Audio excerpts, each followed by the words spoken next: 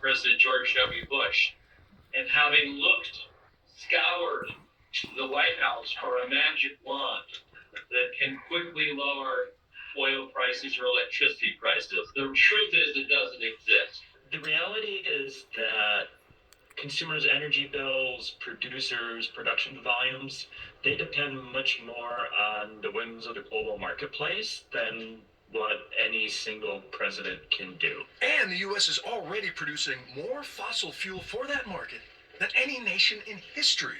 So drilling on more federal land, experts say, would not affect gas prices. Private land and shale is really where the action is. Federal land, you can tinker with things on the margin, maybe get a couple additional 100,000 barrels a day. You're not going to double U.S. production or increase it by even 25%. Good afternoon. And remember when the pandemic and OPEC caused oil prices to crash?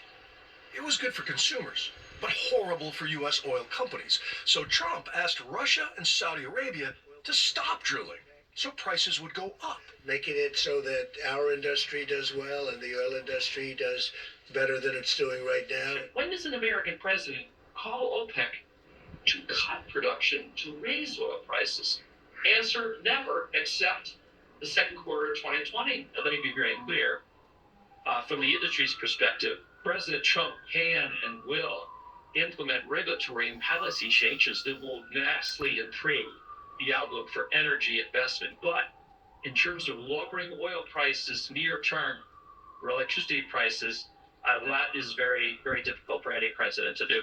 Meanwhile, utility-scale renewable energy is now cheaper than oil. China is switching to electric cars with such breathtaking speed and scale, it's disrupting energy futures, and around 90% of the projects waiting to get on the Texas grid are solar plus batteries. And batteries, if you look up a battery farm, you just mint money because you charge your batteries when electricity is cheap. You sell it 6 hours later when electricity is expensive. I mean, it's just a money-making machine. These developers are not Birkenstock wearing hippies who get in their VW bus and drive off. And these are Texan energy developers who want to make money.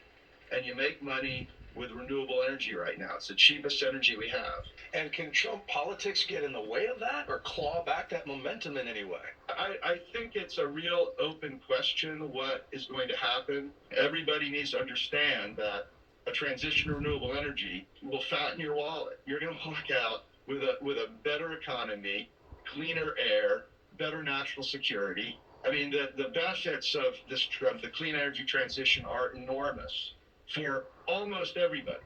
Not if you're a fossil fuel billionaire. They will not be better off than a clean energy. The fossil fuel billionaires will be worse off. And because of that, and because of the enormous political power they have been able to essentially capture the political process to have politicians force us to continue using dirty, expensive fossil fuels.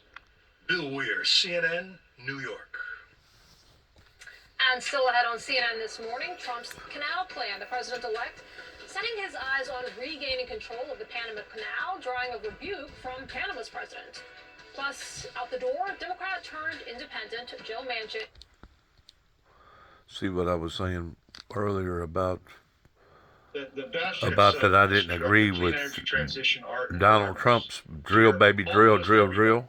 Not if you're a fossil fuel billionaire. They will not be better off than a clean energy. The fossil fuel billionaires will be worse off. And because of that, and because of the enormous political power they have been able to essentially capture the political process to have politicians force us to continue using dirty, expensive fossil. Force us. In other words, being blackmailed. In other words, monopolizing on energy because of lies that has gotten us in the trouble that we're in right now pertaining to seeing our basically our planet being destroyed, warming up. I mean, there has to be some sort of intelligence other than looking at profit gangs. But even with what they were saying right there on that show, there ain't going to be 200,000 more barrels of oil being produced in America ain't going to better the prices And if anything, it will actually hurt the environment that much more. Why can't people like that see that? Because they don't want to see it. They've got too much invested with their oil marketing revenuers. That's why. That's exactly why. So whenever it comes to really and truly wanting to better the lives of the American people, I question that with this decision toward drill, baby, drill, drill, drill. Thanks for listening. God bless. Shalom.